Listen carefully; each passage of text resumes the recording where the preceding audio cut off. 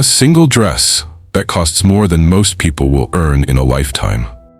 Now imagine owning 300 of them. And that's just what arrived in one season. We think we understand luxury today when we see a celebrity drop $50,000 on a handbag or a royal wearing a tiara worth millions.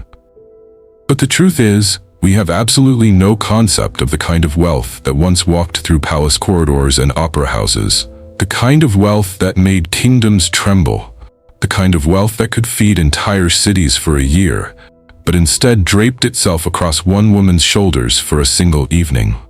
What you discover about how these women actually paid for their obsessions will leave you stunned. Because behind every legendary wardrobe in history, there's a price tag that would make your head spin. And I'm not just talking about money, I'm talking about marriages destroyed, kingdoms bankrupted, reputations ruined, and in some cases, lives lost. All for the sake of being the best-dressed woman in the room. Let's start with a woman who literally changed her clothes so many times in a single day that her servants needed a categorization system just to keep track. A woman whose shopping addiction was so severe that it became one of the factors, yes, one of the actual factors, that led to a revolution. A woman who would sneak out of the palace in disguise just to visit her favorite dressmaker because she couldn't wait for the dressmaker to come to her. Marie Antoinette wasn't born into wealth the way we might imagine. She arrived in France as a 14-year-old Austrian princess, specifically chosen to cement an alliance between two powerful nations. And she arrived with strict instructions from her mother, Empress Maria Theresa. Be humble, be modest, represent Austria with dignity. For about 3 years, she actually had to follow those rules. She wore simple dresses, limited her jewelry, behaved the way a dauphine should behave. Then she became Queen of France. And everything changed. Within months of her coronation, Marie Antoinette was spending the equivalent of $3 million a year on her wardrobe alone. Not on household expenses, not on charity, not on official state functions, just clothes. She maintained a staff of nearly 50 people whose sole job was managing her appearance. Hairdressers, dressmakers, shoe designers, jewelers, milliners, glove makers, fan painters, perfumers. She had a woman whose only responsibility was choosing which ribbons would go on which dress on which day. Every morning began with a ceremony called the toilette, where Marie Antoinette would sit in her undergarments while various courtiers and servants presented options. And these weren't casual suggestions. The entire social hierarchy of Versailles could shift based on whether the queen chose to wear a dress from this dressmaker or that one, whether she selected jewelry from this favorite or that one. Fortunes were made and destroyed before breakfast based on what Marie Antoinette decided to pin in her hair. Her primary dressmaker, Rose Bertin, became one of the most powerful women in France without holding any official title whatsoever. Bertin didn't just make dresses, she engineered fashion as a form of political warfare. When Marie Antoinette wanted to send a message to the Austrian ambassador, she wore specific colors in specific combinations that Bertin had designed. When she wanted to snub a rival at court, she'd appear in a style that rival had been desperate to copy but couldn't afford. Bertin understood that, in the world of absolute monarchy, fashion wasn't frivolous, it was a language. And Marie Antoinette became fluent in it. The queen owned more than 300 dresses at any given time, and that's a conservative estimate. Some historians put the number closer to 500. She never wore the same dress twice in the same configuration. If she wore a gown once, it would be taken apart, redesigned, reconstructed with different trim, different sleeves, different embellishments, and presented as if it were entirely new. The cost of this constant reinvention was astronomical. A single court dress could require 60 yards of silk, hundreds of hours of hand embroidery, real gold and silver thread, precious gems sewn directly into the fabric.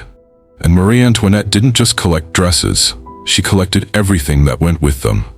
She owned over 500 pairs of shoes, despite barely walking anywhere since she was carried in a sedan chair most of the time. She had fans made from endangered bird feathers that cost more than a working family's annual income. She commissioned elaborate wigs that required structural engineering to stay upright, some of them 3 feet tall, decorated with miniature gardens, ships in full sail, or recreations of current events. But here's what makes the story darker. Marie Antoinette knew this was excessive. Her own mother sent her furious letters begging her to stop, warning her that the French people were suffering, that her image was becoming toxic, that her spending was creating genuine political problems. The king's finance ministers presented her with figures showing how her wardrobe expenses compared to the national debt. She read those letters, she attended those meetings, and then she went shopping anyway. Because for Marie Antoinette, fashion had become the only realm where she had any real power.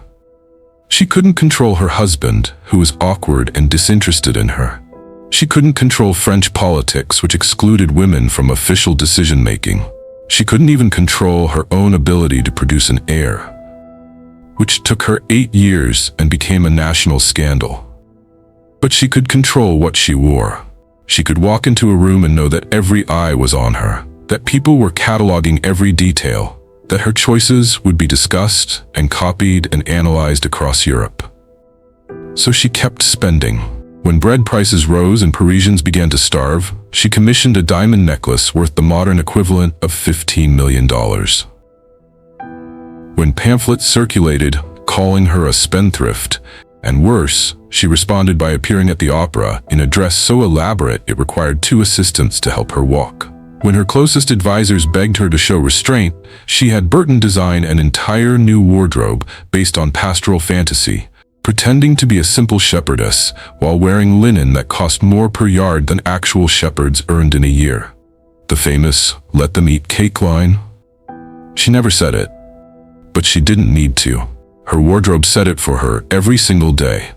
And when the revolution came, when the mob stormed Versailles, one of the first things they did was ransack her wardrobe.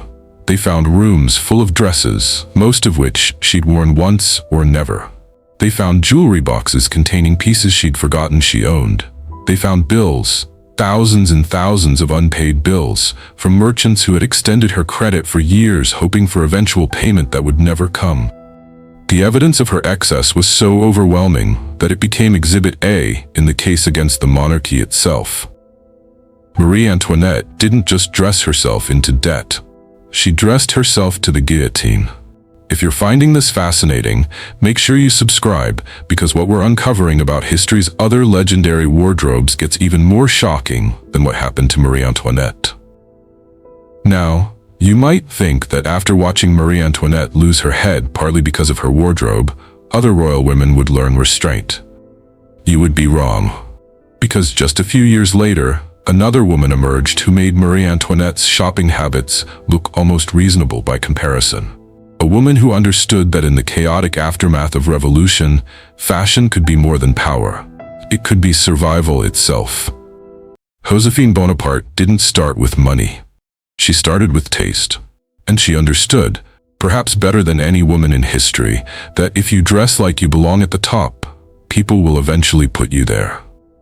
When she met Napoleon, Joséphine was a 32-year-old widow with 2 children, barely surviving on a small pension. Her first husband had been executed during the Terror. She'd been imprisoned herself and had come within days of the guillotine before Robespierre's fall saved her life. She had no fortune, no powerful family backing her, no obvious path to security. What she had was an instinct for fashion that bordered on genius and an understanding that in post-revolutionary France, where all the old rules had been demolished, presentation could create reality. Their first meeting was unremarkable. Napoleon was a rising military officer, socially awkward, not particularly handsome, still using his Italian name Napoleone. Joséphine was elegant, charming, and wearing a dress that probably cost more than she could afford. She made an impression. Within weeks, he was obsessed. Within months, they were married.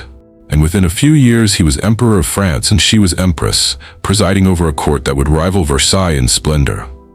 But here's the extraordinary part. Joséphine never had any money of her own. Not really. She was entirely dependent on Napoleon's income and later the imperial treasury. And she spent money she didn't have on a scale that would impress even modern celebrities. By the time Napoleon crowned himself emperor, Joséphine was already carrying the equivalent of $6 million in personal debt. and she was just getting started. As Empress, Josephine employed a shopping strategy that was brilliant and completely unsustainable. She would visit every major dressmaker, milliner, and jeweler in Paris, order extensively, wear the items once or twice, and then simply not pay. She'd promise payment was coming, that the imperial treasury would settle accounts, that there were just some temporary administrative delays. The merchants believed her because what else could they do? She was the Empress. Suing her was impossible. Cutting her off meant losing access to the most powerful client in Europe. So they kept extending credit, and she kept spending. Her wardrobe expenses during the Empire period averaged the equivalent of $400,000 per month. She owned over 1,000 dresses at any given time. She never wore the same dress twice. Never. If she wore something once, it was retired, given to servants or ladies in waiting, sometimes sold to wealthy women who were desperate to own something the Empress had worn. She changed clothes at minimum 4 times per day. Morning dress, afternoon dress, evening dress, and ball gown if there was an event. Sometimes more. She had different wardrobes for different palaces, so she never had to transport clothing. When she traveled to their palace at Malmaison, there was already a full wardrobe waiting. Same for the Tuileries, Saint-Cloud, Fontainebleau. She could show up with nothing and still have 500 dresses to choose from. Napoleon noticed. Of course he noticed. His empire was constantly at war, constantly needing funds for military campaigns, and his wife was spending money like it was going out of style, which, in her defense, it always was. She was the one deciding what went out of style. They fought about it constantly. He would lecture her about fiscal responsibility, about setting an example, about how her spending was becoming a political problem. She would cry, promise to reform, and then immediately order 6 new dresses because she'd heard that crying had made her eyes puffy and she needed something fabulous to distract from it. There's a famous story about Napoleon opening one of Josephine's wardrobe bills and absolutely losing his mind. The bill was for the equivalent of $60,000 for a single month's purchases. Just 1 month. He stormed into her apartments, waving the bill, demanding to know how one person could possibly spend this much on clothes. Josephine looked at the bill, looked at him, and said with perfect sincerity, "But that's actually less than last month." She wasn't wrong. The previous month had been worse. But here's what made Josephine's spending different from Marie Antoinette's. Josephine understood that her wardrobe was working for her. She wasn't just shopping for pleasure.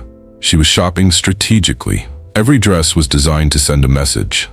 Every piece of jewelry was chosen to communicate power, legitimacy, France's dominance in European affairs. When she wore French lace, it supported the French lace industry and sent a message about economic nationalism. When she wore specific colors, it signaled political alliances. When she appeared at state functions dripping in diamonds, it told the world that France was wealthy, stable, powerful. Napoleon understood this too, even as he complained about the bills. He knew that Josephine's legendary wardrobe was part of what made his imperial project work. She looked like an empress. She carried herself like an empress. And eventually, the rest of Europe began to treat her like an empress, which meant they had to treat him like an emperor. Her fashion was part of the propaganda machine. But it still had to be paid for, and eventually, the bills came due. Merchants who had been promised payment for years started making noise. Some went bankrupt waiting for money Josephine owed them. Others began selling her debts to collectors who were less impressed by imperial titles and more interested in actual payment. The situation became a genuine scandal. Napoleon was forced to settle hundreds of thousands of dollars in debts from the imperial treasury just to make the problem go away, and then he divorced her. Not because of the spending. Officially, it was because she couldn't give him an heir. But the spending didn't help. When they separated, Napoleon settled more of her debts, set her up with a generous pension, and gave her the Château de Malmaison. And what did Josephine do with her new financial stability? She immediately went shopping. Within a year, she'd accumulated new debts that rivaled what she'd owed before. She literally could not stop herself. When Josephine died in 1814, her estate was insolvent.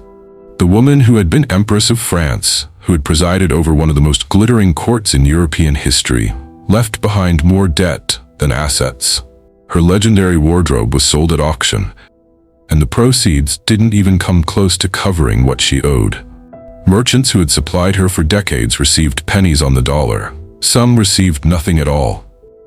But here's the thing. Josephine won. She came from nothing, survived revolution and imprisonment, married a man who became emperor, and lived as one of the most celebrated women in European history. Her fashion influence lasted decades beyond her death. She changed how women dressed, how they thought about style, how fashion functioned in society, and she did it all on credit, while technically being broke the entire time. The story gets even more unbelievable when we cross the English Channel, and I promise what you learn about how far these women went will absolutely shock you. Because while Josephine was shopping her way through France, across the water in England, a different kind of fashion revolution was happening. One that would influence how women dressed for the next 200 years. And at the center of it was a woman who managed to be both a fashion icon and a complete mystery, whose real identity we still don't know for certain, but whose style influence was so profound that we still use her name as shorthand for a particular kind of elegance. Beau Brummel is famous as the king of Regency fashion. But there was a queen too. She was known as the Countess of Bessborough, or sometimes Lady Caroline Lamb, or in some accounts, she was simply called the unnamed Duchess. Her real identity has been debated by historians for 2 centuries because she operated in the shadows, influencing fashion without ever claiming credit for it. Actually, scratch all that. Let's talk about someone we know existed and whose wardrobe bills we can actually verify. Princess Charlotte of Wales. Princess Charlotte was the daughter of the Prince Regent, the only legitimate grandchild of King George III and heir to the British throne. She was also a young woman living in one of the most restrictive royal households in European history, and she used fashion as rebellion. Her father, the Prince Regent, later George IV, was himself a legendary spendthrift who nearly bankrupted the crown with his building projects and wardrobe expenses. He spent the modern equivalent of $2 million a year on his own clothing and accessories. He owned over 200 tailcoats, 300 pairs of boots, countless waistcoats, and had a particular obsession with elaborate military uniforms for regiments he never actually served in. Charlotte inherited his shopping addiction, but none of his income. As a princess, she had an allowance that was generous by normal standards, but nowhere near sufficient for the lifestyle she wanted to lead. So she did what Josephine had done. She bought on credit and hoped someone else would eventually pay. By the time she was 20, Charlotte owed the modern equivalent of $800,000 to various merchants across London. Dressmakers, milliners, jewelers, glove makers, shoe designers, she owed them all. And unlike Josephine, who at least had Napoleon periodically settling her debts, Charlotte had a father who refused to pay, and a grandfather who was going mad and couldn't intervene. The merchants couldn't exactly sue the heir to the throne, so they did something more creative. They went public. They started taking out advertisements in London newspapers, very politely noting that Her Royal Highness Princess Charlotte had outstanding accounts that perhaps she'd forgotten about, and would someone from the royal household please address this matter? It was a scandal. The newspapers loved it. The public was fascinated by the idea that the future queen was essentially a deadbeat. Charlotte's response was to keep shopping. She commissioned new dresses in the latest French styles, despite England being at war with France at the time. She wore colors that were considered inappropriate for unmarried women. She appeared at public functions in gowns so daring that they prompted questions in Parliament about whether someone should intervene in the princess's wardrobe choices. And then she died. At 21 years old in childbirth, leaving behind a devastated nation and unpaid bills that her father finally had to settle. Her wardrobe was inventoried and auctioned, and the proceeds didn't even come close to covering her debts. The future Queen of England died broke, killed partly by the primitive state of obstetric medicine and partly by the restrictive corsetry that was considered essential for fashionable women of her era. But let's jump forward to someone whose fashion legacy is less tragic and more strategic. Someone who understood that in the emerging age of photography and mass media, fashion wasn't just about impressing the people in the room with you. It was about impressing the millions who would only ever see your photograph. Empress Elizabeth of Austria, known as Sisi, was obsessed with her appearance to a degree that went beyond vanity into something closer to pathology. She spent 3 hours every day just on her hair. 3 hours, every day, for decades. Her hair routine was so elaborate that it required 2 dedicated hairdressers working in shifts. They would brush her hair, which reportedly reached past her knees for hours, collecting every single strand that came loose so that Sisi could personally count them and ensure that she wasn't going bald. Her corset was laced so tightly that her waist measured only 16 inches at times. 16 inches. For reference, that's about the circumference of a regular coffee can. She achieved this through a combination of brutal corseting, near-starvation dieting, and obsessive exercise. She had gymnastics equipment installed in her private apartments and worked out for hours every day. She weighed herself multiple times daily. If she gained even a pound, she would fast until it came off. And her wardrobe costs? Astronomical. Sisi spent the equivalent of millions of dollars per year on clothing, despite having almost no official duties that required her to dress up. She hated public appearances, avoided court functions, and spent most of her time traveling incognito. But she still needed the wardrobe because she was obsessed with how she looked, even if the only people seeing her were her own servants. She commissioned dresses from the finest couturiers in Paris and Vienna, wore them once, and had them archived. She owned over 100 ball gowns that she never wore to balls because she'd stopped attending balls. She had riding habits made from the finest English wool, each one costing thousands of dollars, and she owned over 50 of them despite only needing 1 or 2. But Sisi's real spending went into something else: jewelry. She owned one of the most extraordinary jewelry collections in European history, including diamond stars that she wore in her hair, pearl necklaces that cost the modern equivalent of millions of dollars, and elaborate brooches and tiaras that required structural support to wear because they were so heavy with gems. And here's the disturbing part. Sisi knew she was being irrational. She wrote about it in her private journals. She knew her obsession with her appearance was excessive, possibly mentally ill, certainly wasteful. She knew that she was spending money that could feed thousands of people on dresses she'd never wear and jewels she'd hide away. But she couldn't stop herself. Her appearance was the only thing in her life she could control, and she controlled it with an iron grip that eventually became its own kind of prison. Make sure you're subscribed because the revelation about what happened to all these priceless wardrobes will leave you speechless. Now let's talk about someone who made all of these women look almost restrained. Someone who spent money on fashion at a rate that would be impressive even by today's standards, when billionaires exist who could buy small countries. Someone whose shopping addiction was so severe that it contributed to the downfall of an entire empire. Empress Alexandra Feodorovna of Russia, the last Tsarina, is often remembered for her role in the Russian Revolution, for her relationship with Rasputin, for her tragic death with her family in 1918. But before all of that, she was one of the most prolific shoppers in European history. Alexandra was German by birth, a granddaughter of Queen Victoria, and she arrived in Russia as a shy, awkward teenager to marry Nicholas II.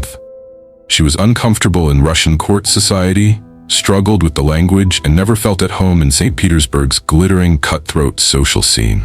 So she retreated into family life and into fashion. Her wardrobe expenses during the height of the Russian Empire were the equivalent of $10 million per year. 10 million. She employed over 100 people whose sole job was maintaining her appearance and her wardrobe. She had private railway cars designed specifically for transporting her clothes when the imperial family traveled between palaces. She owned over 2,000 dresses, most of which she wore exactly once. But Alexandra's spending went beyond just quantity. She was obsessed with quality in a way that made her previous to work with. She would reject entire wardrobes because the shade of blue wasn't quite right. She would order dresses from Paris, have them shipped to Russia, try them on once, declare them unsuitable, and send them back. She once kept an entire workshop of seamstresses working around the clock for 6 weeks to create a single gown for a state function, only to decide at the last minute that she didn't like it and wear something else. Her jewelry collection was legendary even among Russian royalty, which is saying something because Russian royalty treated jewelry the way most people treat accessories. She owned the modern equivalent of hundreds of millions of dollars in gems. Diamonds, emeralds, sapphires, rubies, pearls. She had them all, in quantities that would make museums jealous. She had a tiara made entirely of pink diamonds. She had a necklace of emeralds so large that each stone was the size of a quail's egg. She had brooches, rings, earrings, and hair ornaments in such quantities that she needed a staff of jewelers just to maintain and catalog them. And she almost never wore any of it. Because Alexandra, for all her spending on fashion, hated public appearances. She suffered from anxiety, possibly exacerbated by chronic illness, and she spent most of her time hidden away in private apartments, seeing almost no one except her immediate family and a few trusted confidants. She would commission elaborate ball gowns for events she had no intention of attending. She would order jewelry for state functions and then cancel at the last minute, sending Nicholas alone while she stayed home. The Russian people, who were already struggling with poverty and political instability, watched their Tsarina spend millions while they starved.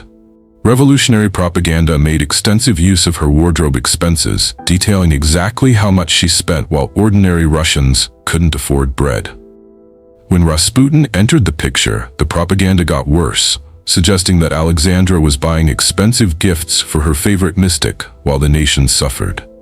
Was it fair? Not entirely. Nicholas spent just as much on his own wardrobe and military uniforms.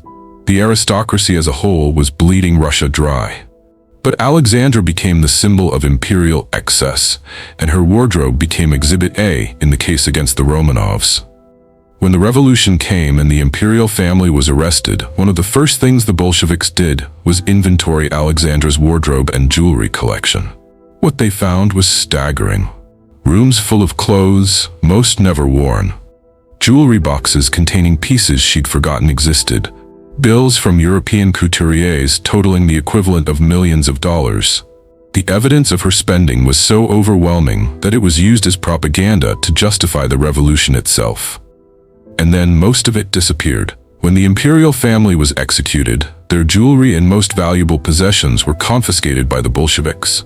Some pieces ended up in Soviet museums. Some were sold to finance the early Soviet state. Some simply vanished, stolen by guards or hidden by sympathizers, scattered across Europe and eventually the world.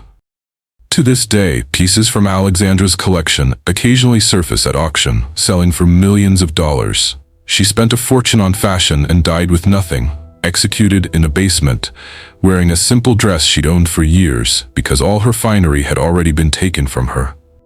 But let's shift to someone who survived her wardrobe obsession and turned it into something approaching art. Someone who understood that fashion could be more than just expensive fabric. It could be a statement of independence, a declaration of modernity, a middle finger to every rule about how women were supposed to dress and behave. Coco Chanel revolutionized fashion. But before she did that, she was a client. And she studied how wealthy women shopped, how they thought about clothes, how they used fashion to signal status and taste. What she learned from watching women like Alexandra and Cece and Josephine was that most of them were slaves to their wardrobes. Their clothes controlled them rather than the other way around. But let's talk about someone who was Chanel's contemporary and rival, someone who spent money on fashion at a rate that made even Chanel raise an eyebrow. The Marchesa Luisa Casati. Casati was an Italian heiress who inherited a fortune and decided to spend all of it on turning herself into a living work of art. She didn't just buy clothes, she created personas. She would appear at parties with live pythons draped around her neck, with cheetahs on leashes, with her eyes lined with belladonna to make her pupils enormous and slightly terrifying. She commissioned entire wardrobes from designers like Paul Poiret and Mariano Fortuny, wore them once, and moved on. Her wardrobe expenses were the equivalent of several $1,000,000 per year, and that's not counting the animals, the parties, the palaces she maintained across Europe. She once commissioned a dress made entirely of peacock feathers. Not peacock feather fabric, actual peacock feathers, thousands of them, hand-sewn onto silk. She wore it once. It cost the modern equivalent of $100,000. Casati's philosophy was that life should be lived as theater, and she was determined to be the most spectacular performer anyone had ever seen. She succeeded. She also went completely bankrupt. By the 1930s, she'd burned through her entire inheritance and was living on charity. Her legendary wardrobe sold at auction for pennies on the dollar. She died in London in 1957, in a modest apartment, surrounded by taxidermied animals because she couldn't afford live ones anymore. But in her prime, she was extraordinary, and her influence on fashion lasted decades beyond her bankruptcy. Designers still reference her, museums still study her, because she understood something that all of these women understood. Fashion isn't just about looking good. It's about creating a self, building an identity, making a statement that echoes through time. What's revealed about the final fate of these legendary collections will absolutely shock you. Now we need to talk about the woman who might have the most famous wardrobe in modern history. The woman whose dresses sell at auction for millions of dollars decades after her death. The woman who understood that in the age of television and global media, fashion was no longer just about impressing the aristocracy. It was about connecting with millions of ordinary people who would never meet you, but would feel like they knew you based on what you wore. Princess Diana was supposed to be a safe choice. She was young, innocent, from a good family, apparently shy and biddable. She was supposed to marry Charles, produce heirs, wear appropriate clothes, and fade into the background the way royal wives were expected to do. Instead, she became the most photographed woman in the world and used fashion as her primary language for communication. Diana's wardrobe budget as Princess of Wales was substantial, but not outrageous by royal standards, around $500,000 per year, which sounds like a lot until you realize she was attending hundreds of events annually and was photographed constantly. Every outfit was scrutinized, analyzed, copied by manufacturers, and discussed in minute detail by millions of people worldwide. But here's what made Diana different. She understood the power of fashion in a way that previous royal women hadn't. She knew that what she wore sent messages. When she wore a dress by a young British designer, it could make that designer's career overnight. When she wore a particular color or style, it would be copied by women around the world within weeks. When she chose to wear a tiara or not wear a tiara, people read meaning into it, and she used this power deliberately. After her separation from Charles, Diana began dressing in ways that would have been unthinkable for a royal wife. She wore short skirts, off-the-shoulder gowns, clothes that were fashionable rather than merely appropriate. She had what became known as her revenge dress. A stunning black off-the-shoulder gown she wore the same night Charles publicly admitted to adultery. She knew exactly what she was doing. She knew the photos would be everywhere. She knew people would see her looking confident and beautiful while her husband confessed to betraying her. Her auction, the one she organized herself in 1997, just months before her death, featured 79 of her most famous dresses. They raised over $3 million for charity. Individual dresses that had cost a few $1,000s when new sold for tens of thousands at auction. A velvet evening gown went for over $200,000. The woman who bought one of Diana's gowns said she felt like she was buying a piece of history, a tangible connection to someone who had seemed both royal and relatable. And then Diana died, and the value of her wardrobe skyrocketed. Dresses that hadn't sold at the original auction were suddenly worth fortunes. Anything she'd worn in a significant photograph became valuable. Museums started acquiring pieces. Private collectors paid millions. A dress she'd worn while dancing with John Travolta sold for over $300,000. A sweater with a black sheep on it, just a regular sweater, sold for over $100,000 because she'd been photographed wearing it. Diana's wardrobe had become more than just clothes. It had become relics of a modern saint, tangible pieces of a story that millions of people felt personally invested in. Women who had grown up watching Diana, who had copied her hairstyles and fashion choices, wanted to own a piece of her. Museums wanted to preserve her legacy. Collectors wanted to possess something she'd touched. But here's the uncomfortable truth. Diana's relationship with fashion was complicated. She used it as armor, as communication, as rebellion. But she was also trapped by it. She couldn't leave the house without being photographed. Every outfit was judged. Every choice was analyzed. She couldn't just throw on jeans and a t-shirt without it becoming a statement. The fashion that gave her power also imprisoned her. Subscribe now, because what I'm about to reveal about where all this priceless clothing actually ended up will leave you stunned. Let's talk about what happens to all these legendary wardrobes after the women who wore them are gone. Because the after story is often more fascinating and more disturbing than the shopping sprees themselves. Marie Antoinette's wardrobe was literally ripped apart by revolutionaries. Women who stormed Versailles put on her dresses and paraded through Paris in them, mocking her. Some pieces were burned, others were sold to actresses and prostitutes, the ultimate insult to a queen. A few items survived and ended up in museums, where they're now treated as priceless historical artifacts. There's a particular irony in the fact that dresses Marie Antoinette wore once and forgot about are now protected behind glass, insured for millions, studied by scholars. Josephine's wardrobe was auctioned after her death, and most of it ended up in the hands of wealthy women who wanted to own something the empress had worn. Some pieces have survived and occasionally appear at auction. A simple day dress she owned sold a few years ago for over $60,000. Not one of her elaborate court gowns, a regular dress she probably wore around the house. Alexandra's jewelry is scattered across the world. Some pieces are in the Kremlin. Some ended up in American and European museums. Some were sold by the Bolsheviks to raise funds and have since disappeared into private collections. Occasionally, a piece surfaces at auction with provenance tracing it back to the last Tsarina, and it sells for millions. There's always speculation about what else might still exist, hidden away by someone whose grandmother bought a Romanov tiara at a Paris flea market in 1924 and never realized what it was. Casati's wardrobe was sold at auction in 1932 to pay her debts.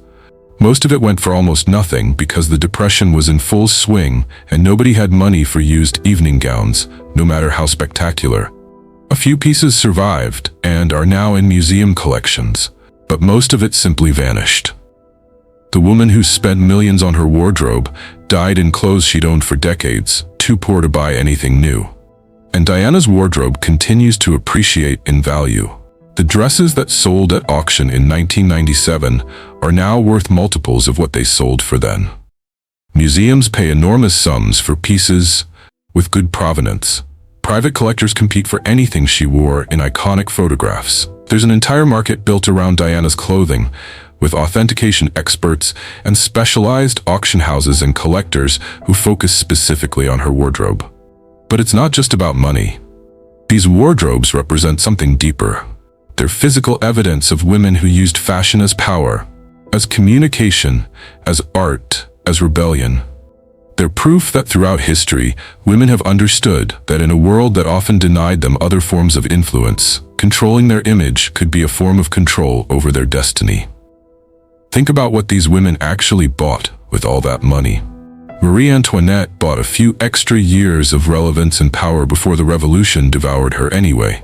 Josephine bought legitimacy, transforming herself from a penniless widow to an empress through sheer force of style. Alexandra bought isolation, surrounding herself with beautiful things while the world outside burned. Casati bought immortality of a sort. We still remember her, still talk about her, still marvel at her audacity. Diana bought a voice, a way to speak to the world when protocol said she should remain silent. Was it worth it? That's the question, isn't it? Marie Antoinette might have lived if she'd dressed more modestly, if she'd shown restraint, if she'd listened to the warnings. Would she have wanted that life? Josephine could have lived within her means, could have been a respectable widow, could have avoided debt. Would she have become empress? Alexandra could have spent her money on charity. could have won the people's love through generosity. Would it have saved her family? We can't know, but we can look at what they left behind and marvel at the audacity of it. The sheer, breathtaking audacity of women who looked at the world's expectations and said, "No, I'm going to wear what I want, spend what I want, be who I want, and if it destroys me, at least I'll be well dressed when I go down." Now let's talk about the costs that aren't measured in money. The personal costs, the physical costs, the psychological costs of maintaining these legendary wardrobes. Because the price tags we've been discussing are just the beginning. Cece's obsession with her waistline probably contributed to her chronic health problems. She suffered from terrible digestive issues, likely because her internal organs were constantly compressed by her corset. She had recurrent coughing fits, possibly because her lungs couldn't fully expand. She dealt with chronic pain that she self-medicated with long walks, sometimes 10 or 12 hours of walking per day, which only added to her physical exhaustion. Marie Antoinette's elaborate hairstyles caused actual damage to her scalp and hair. The pomades and powders used to create those towering styles were corrosive. The weight of the constructions gave her headaches. She started going gray in her early 30s, possibly from stress, but also possibly from the chemicals and constant manipulation of her hair. By the time she was imprisoned, her hair had turned completely white, and while legend says it happened overnight from shock, it's more likely that it had been damaged and graying for years, but covered up by powder and dye. Josephine's legendary wardrobe required her to maintain a figure that could wear the fashionable empire silhouette. She dieted constantly, often eating almost nothing for days before important events. She used cosmetics that contained lead and mercury to maintain her complexion. She wore shoes that were beautiful, but caused chronic foot problems. By her 40s, she was dealing with serious health issues that were probably exacerbated by decades of prioritizing appearance over health. Princess Charlotte's death in childbirth was partly attributed to the fashionable corseting she'd worn throughout her pregnancy. Doctors at the time noted that her internal organs were displaced and compressed, making delivery more complicated. The rigid stays that were considered essential for a fashionable silhouette literally may have killed her. And Diana's relationship with fashion was intertwined with her eating disorder. She used clothing to hide her body when she felt out of control. She used shopping as a coping mechanism for her unhappy marriage. She used the endless fittings and alterations and photo shoots as a distraction from her actual problems. Fashion gave her power, but it also demanded constant vigilance, constant effort, constant performance. These women paid for their wardrobes with their health, their peace of mind, their privacy, sometimes their lives. And they knew it. They made these choices deliberately, understanding the costs, weighing them against the benefits, and deciding that yes, it was worth it. Because here's what we miss when we just look at the price tags and gasp at the excess. For most of these women, fashion was one of the only realms where they had genuine agency. Marie Antoinette couldn't choose her husband. That was arranged. She couldn't choose her role. That was predetermined. She couldn't even choose whether to have sex with her husband. That was a matter of state duty. But she could choose her dress. Josephine couldn't choose to be born wealthy or aristocratic. She couldn't choose to avoid the revolution or her first husband's execution. She couldn't choose to have children with Napoleon, which ultimately ended their marriage. But she could choose how she presented herself to the world. Alexandra couldn't choose to be healthy or emotionally stable. She couldn't choose a son who wasn't hemophiliac. She couldn't choose to avoid the revolution. But she could choose her wardrobe, and so she did. Obsessively, excessively, as if accumulating beautiful things could protect her from a world that was increasingly dangerous and unpredictable. What you're about to learn about the true cost of these wardrobes will change how you think about fashion forever. Let's talk about the human cost. The servants who maintained these wardrobes, the workers who created them, the merchants who financed them. Marie Antoinette employed dozens of people whose sole job was managing her appearance. These weren't high-status positions. Most of them were working-class women who spent their days in service to a woman who never thought about what their lives were like. They worked long hours for modest pay, they were dismissed if they displeased the queen, and when the revolution came, many of them lost their positions and had no way to support themselves. Her dressmaker, Rose Bertin, actually did quite well. She was savvy enough to get paid at least partially up front, and she fled to England before things got too dangerous. But the seamstresses, the embroiderers, the women who did the actual work of creating these elaborate confections, they were left holding unpaid bills and no recourse for collecting them. Josephine's unpaid debts destroyed businesses. There are documented cases of merchants who extended her credit for years, who kept supplying her because they believed the imperial treasury would eventually pay, who went bankrupt waiting for money that never came. When the empire fell, these merchants had no way to collect. Their businesses failed. Their families suffered. All because an empress wanted another dress. Alexandra's wardrobe was created largely by Russian workers in St. Petersburg workshops. These were skilled craftspeople who were paid less than their Western European counterparts for work that was just as intricate and time-consuming. When the revolution came, many of these workshops were closed, their owners arrested or killed, their workers left unemployed in a city that was rapidly descending into chaos. And the materials themselves, do we talk about where those came from? The silk that was produced in workshops where children worked 12-hour days, the lace that was made by women who went blind from the close work, the furs that required trappers to spend months in brutal conditions, the pearls that were harvested by divers who risked their lives swimming to dangerous depths, the diamonds that were mined by enslaved or indentured laborers in conditions we'd now recognize as human rights violations. Every one of these legendary wardrobes was built on exploitation. That's not a moral judgment, it's a historical fact. The fashion industry in the 18th and 19th and early 20th centuries was built on cheap labor, often female labor, often child labor, with no protections and no recourse for workers who were injured or cheated or abused. When we marvel at these wardrobes, when we admire the craftsmanship and the beauty and the extravagance, we need to remember that real people made these clothes. Real people who were paid poorly for skilled work, who damaged their health hunching over embroidery or breathing fabric dust or working with toxic dyes, who had no job security and no retirement and no safety net. Marie Antoinette's famous gold dress, the simple white cotton dress that caused a scandal because it looked too much like underwear, was considered revolutionary because it didn't require hours of labor to create. It was just muslin and a ribbon. But even that simple dress required someone to weave the muslin, someone to sew the dress, someone to make the ribbon. And they weren't paid much for their work, even as the dress became one of the most copied styles in European history. Now let's talk about what these wardrobes represent in terms of environmental cost, which wasn't something anyone thought about at the time, but which we can't ignore now. A single elaborate court dress from the 18th century could require 60 yards of silk. Silk production requires silkworms, thousands of them per yard of fabric. Those silkworms need to be fed mulberry leaves, which requires mulberry trees, which requires land. The process of turning silkworm cocoons into thread requires boiling the cocoons, killing the larvae inside. Then the thread has to be dyed, which in the 18th century meant using dyes that were often toxic, that polluted water sources that were produced through processes we'd now consider environmentally disastrous.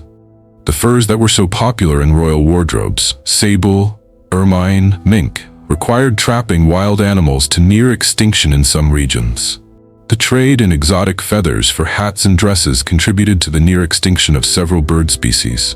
The ivory used for buttons and accessories required killing elephants.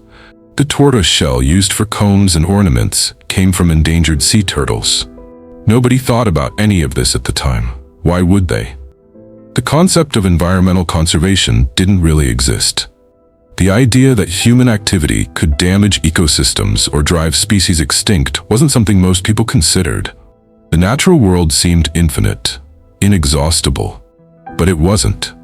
And these wardrobes, hundreds and thousands of elaborate dresses, each one requiring enormous inputs of natural resources, were part of a system of consumption that was fundamentally unsustainable. Not that it mattered to the women wearing them. They had bigger problems, like revolutions and unhappy marriages and the constant pressure to outshine every other woman in the room. Make sure you're subscribed, because what comes next about how modern fashion inherited all of this will blow your mind. So what did we inherit from all of this excess, all this spending, all these billion-dollar wardrobes? First, we inherited the entire concept of fashion as we know it.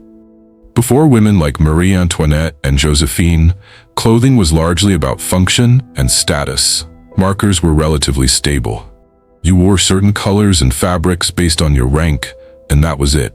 These women, and others like them, created the idea that fashion should change constantly, that what was stylish last year was outdated this year, that you needed to keep buying new clothes to remain relevant. This was revolutionary, and it was also the foundation of the modern fashion industry, which is now worth trillions of dollars and employs hundreds of millions of people worldwide. Fast fashion, haute couture, ready-to-wear, all of it traces back to this moment when a few wealthy women decided that clothes should be about more than just covering your body. They should be about expressing identity, wielding power, making statements. Second, we inherited the idea that women's worth is tied to their appearance in ways that men's worth isn't. All of these women were judged primarily on how they looked, their intelligence, their political acumen, their personal qualities, all secondary to whether they were beautiful and well-dressed. Marie Antoinette was brilliant at certain kinds of political manipulation, but she's remembered for her dresses and her hair. Josephine was a skilled political operator who helped Napoleon consolidate power, but she's remembered for her wardrobe. Alexandra was deeply religious and devoted to her family, but she's remembered for her jewels and her relationship with Rasputin. This isn't their fault. They lived in a world that valued women primarily for their appearance and their ability to produce heirs. They used the tools available to them. But the legacy is complicated because we still live in a world where women are judged on their appearance in ways that men aren't, where female politicians are critiqued for their clothing choices while male politicians wear the same suit every day and nobody notices. Third, we inherited a complex relationship with luxury and excess. We're simultaneously attracted to and repelled by these stories. We love looking at pictures of Marie Antoinette's wardrobe, marveling at Diana's dresses at museum exhibitions, gasping at auction prices for Josephine's jewelry. But we also judge these women for their excess, especially when we learn about the people who suffered because of their spending. We want to believe we'd be different, that if we had unlimited money, we'd be responsible with it, that we'd never spend millions on clothes while people starved. But would we? How many of us buy fast fashion without thinking about the workers who made it? How many of us accumulate clothes we don't need because shopping feels good? How many of us judge our worth based on what we wear? These women were products of their time, operating in systems that encouraged and rewarded their behavior. The fact that those systems were unjust doesn't mean the women themselves were monsters. They were human. Flawed, complex, sometimes selfish, sometimes generous, always trying to survive and thrive in worlds that were often hostile to them. And their wardrobes? They were tools, weapons even. In a world that gave women very little official power, fashion was one realm where they could exercise agency. Was that agency used well? Sometimes. Marie Antoinette's fashion choices probably hastened the revolution, which probably wasn't good for France. But Josephine's strategic wardrobe helped legitimize Napoleon's empire, which had its own complicated legacy. Diana's fashion sense helped humanize the British monarchy at a time when it desperately needed humanizing. There's no simple moral to this story. Fashion is frivolous and important, wasteful and meaningful, oppressive and liberating, all at the same time.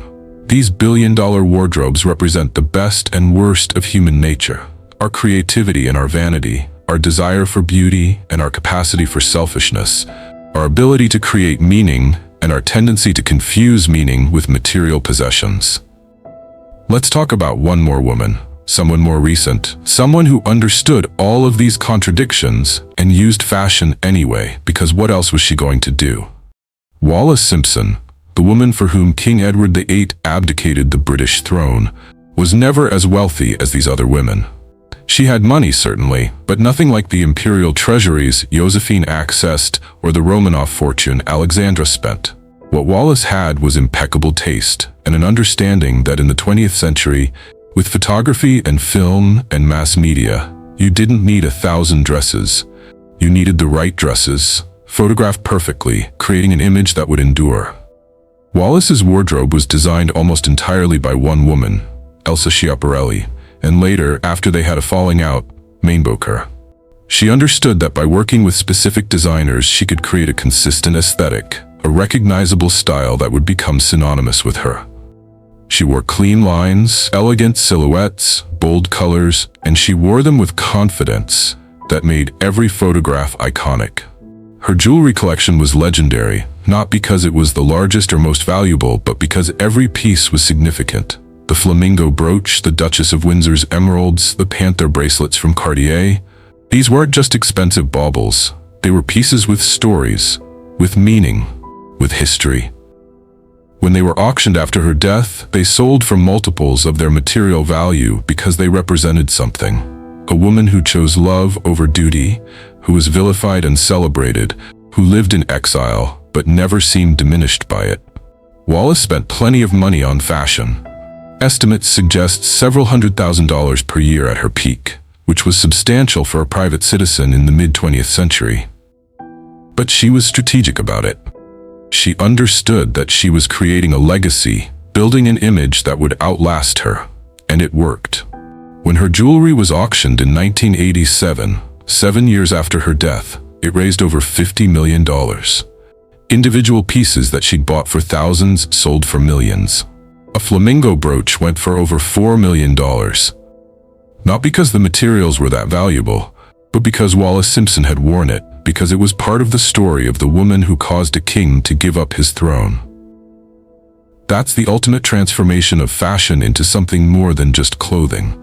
It becomes artifact, symbol, cultural shorthand. Marie Antoinette's panniers, Josephine's empire waist dresses, Alexandra's Fabergé eggs, Diana's revenge dress, Wallis's jewelry. These aren't just objects anymore. They're pieces of history, tangible connections to stories we tell ourselves about power, love, sacrifice, excess, beauty, and mortality. What's revealed about the final accounting of all this luxury will leave you absolutely speechless. So let's do the math. Let's actually try to calculate what these wardrobes cost. Not just in the currency of their time, but in terms we can understand now. Marie Antoinette's wardrobe over her years as queen probably totaled the modern equivalent of somewhere between $50 and $100 million. That's not including jewelry, which would add tens of millions more. For context, that's more than most people will earn in thousands of lifetimes. It's enough money to build hospitals, fund universities, feed cities. She spent it on dresses she wore once. Josephine's spending over her years as empress probably approached similar numbers, conservatively $60 to $80 million. Again, not including jewelry, which Napoleon bought her in addition to what she bought herself. The woman died insolvent, but she'd run through money that could have transformed thousands of lives. Alexandra's wardrobe and jewelry together probably represented over $200 million in modern value, possibly more. The Romanov jewels alone were one of the largest private collections in history. She wore some of the pieces occasionally, but many of them sat in vaults, appreciating in value while Russia burned. Cece's spending on her appearance over her lifetime probably totaled $50 million or more. Not all of it was wardrobe. Much of it went to her hair care routine, her gymnastics equipment, her obsessive health regimens, but the wardrobe alone was extraordinary. Casati spent her entire inheritance, the modern equivalent of over $100 million, in about 20 years. Not all on clothes, but a substantial portion of it. She transformed herself into living art and destroyed herself financially in the process. Diana's wardrobe over her years as Princess of Wales probably totaled $15 to $20 million, which sounds like a lot until you compare it to these other women. By historical standards, Diana was almost frugal, but then her dresses started selling at auction for hundreds of thousands each, and suddenly her wardrobe's value multiplied many times over. Today, her complete wardrobe, if you could somehow reassemble all of it, would probably be worth over $100 million, maybe more. Altogether, these 6 women alone probably spent the modern equivalent of over $500 million on their wardrobes. That's a conservative estimate, and we're only talking about 6 women over about 200 years. Now expand that to all the wealthy women throughout history who spent lavishly on fashion. Every royal court in Europe had women competing to outdress each other. Every wealthy family had mothers and daughters who spent fortunes on their appearance. The numbers become incomprehensible. Trillions of dollars across history spent on fabric and jewels and shoes and accessories. Money that could have funded exploration, scientific research, education, medicine, infrastructure. Instead, it was on making sure that wealthy women looked spectacular. Was it wasted? That's a philosophical question. These wardrobes employed thousands of people. Designers, seamstresses, jewelers, servants. They created art that we still admire centuries later. They gave women who had little other power a realm where they could exercise agency and creativity. They represented human achievement in craft and artistry and design. But they also represented grotesque inequality. They were built on exploitation and environmental destruction and social systems that concentrated wealth in the hands of a few while millions suffered. They contributed to political instability, revolution, and violence. They literally killed some of the women who wore them through constricting corsets and toxic cosmetics and the psychological toll of constant performance. There's no simple answer. But there's something we can learn from all of this, something that feels relevant even now, in our own age of income inequality and fast fashion, and social media influencers spending thousands on outfits they'll wear once for a photograph. The lesson isn't that fashion is bad, or that spending money on appearance is wrong. The lesson is about proportion, about understanding the real costs of our choices, about recognizing that how we present ourselves to the world has implications beyond just ourselves. Marie Antoinette is remembered as much for her fashion as for her reign. Josephine's empire waist dresses influenced style for decades. Alexandra's jewelry still sells for millions. Diana's wardrobe choices are still analyzed and imitated. Wallis Simpson's style is still referenced by designers. They spent billions on fashion, and fashion made them immortal. Whether that was worth the price, the financial cost, the human cost, the personal cost, is something each of them would have answered differently. But they made their choices, wore their clothes, lived their lives, and left behind wardrobes that tell us more about who they were than any official biography ever could. Because in the end, fashion is about more than just looking good. It's about who we are, who we want to be, and what we're willing to pay to become that person. These women paid everything. And we're still talking about them centuries later, still marveling at their wardrobes, still trying to understand what drove them to spend fortunes on fabric and jewels. That's the real legacy of these billion-dollar wardrobes. Not the clothes themselves, but what they tell us about the women who wore them and the world that created them. A world where beauty was power, where fashion was politics, where what you wore could change history. A world not so different from our own when you really think about it. And that might be the most shocking revelation of all.